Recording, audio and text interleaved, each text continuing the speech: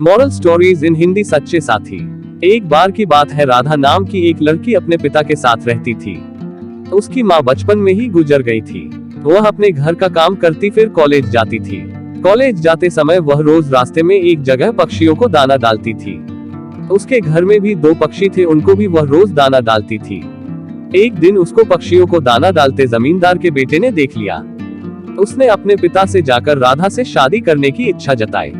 जमींदार ने राधा के पिता से बात करके अपने बेटे की शादी राधा से करा दी।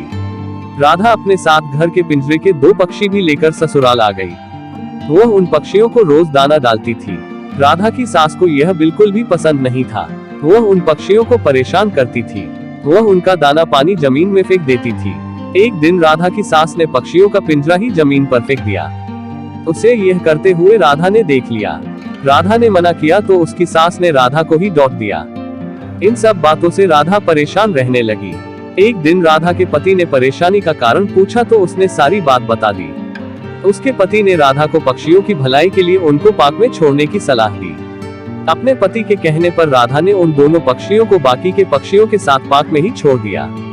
वह उनको कभी कभी दाना देने पार्क में जाती थी। अब सभी पार्क के पक्षी राधा के अच्छे मित्र बन गए थे। पक्षी अब राधा के घर पर भी आने लगे। राधा की सास को जब यह पता लगा तो वह गुस्सा हुई। वह राधा को उसके मायके छोड़ने के लिए उसको साथ लेकर गई। रास्ते में कुछ चोरों ने राधा की सास के गहने चुराने की कोशिश की। तभी राधा के पक्षियों ने आकर चोरों पर हमला किया, जिससे चोर भाग गए। इसके बाद राधा और उसकी सास घर ही लौट आए। अब राधा की सास की सोच पक्षियों के प्रति बदल चुकी थी। उसने राधा से कहा कि अब हम दोनों चिड़िया को दाना देने चला करेंगे और पहले के 2 पक्षियों को घर वापस लेकर आएंगे। यह बात सुनकर राधा बहुत खुश हुई। Moral of the story. सीख। इस कहानी से हमें यह सीख मिलती है कि हमें जानवरों से अच्छा व्यवहार करना चाहिए।